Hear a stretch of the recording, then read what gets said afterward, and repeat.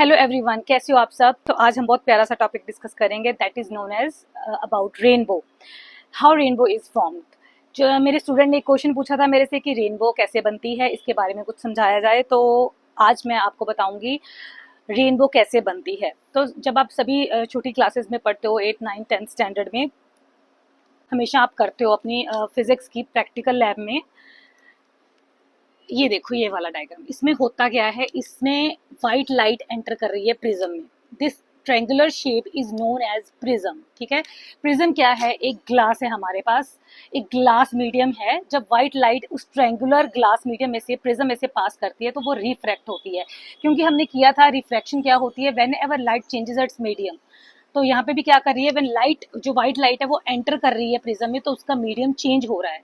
When medium changes it refracts light। Refraction क्या होती है, bending of light when it changes it's medium. तो यहाँ पे भी जो लाइट है वो बेंड कर रही है।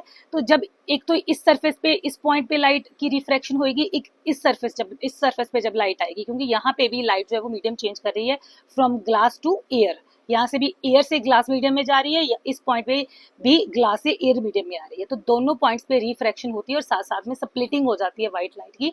जब वो बेंड करती है, वो स्प्लिट हो जाती है। व्हाइट लाइट जो है वो अपने अपने कंपोनेंट्स उसके क्या है, white light consist of 7 colours. तो वो उस स्प्लिटिंग को हम क्या बोलते हैं, डिस्पर्जन बोलते हैं। सो डिस्पर्जन क्या हुआ हमारे पास, बिकॉज ऑफ डिस्पर्जन ये रेनबो बनती है। तो हमारा मतलब यहाँ पे मकसद क्या है, डिस्पर्जन को अंडरस्टैंड करना। What is dispersion of white light.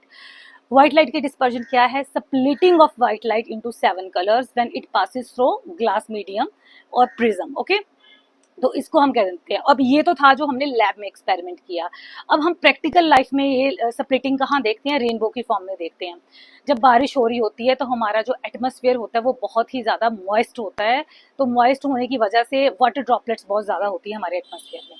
ठीक है, वाटर ड्रॉपलेट्स होती हैं वो एक तरह से प्रिज्म का ही काम करती हैं।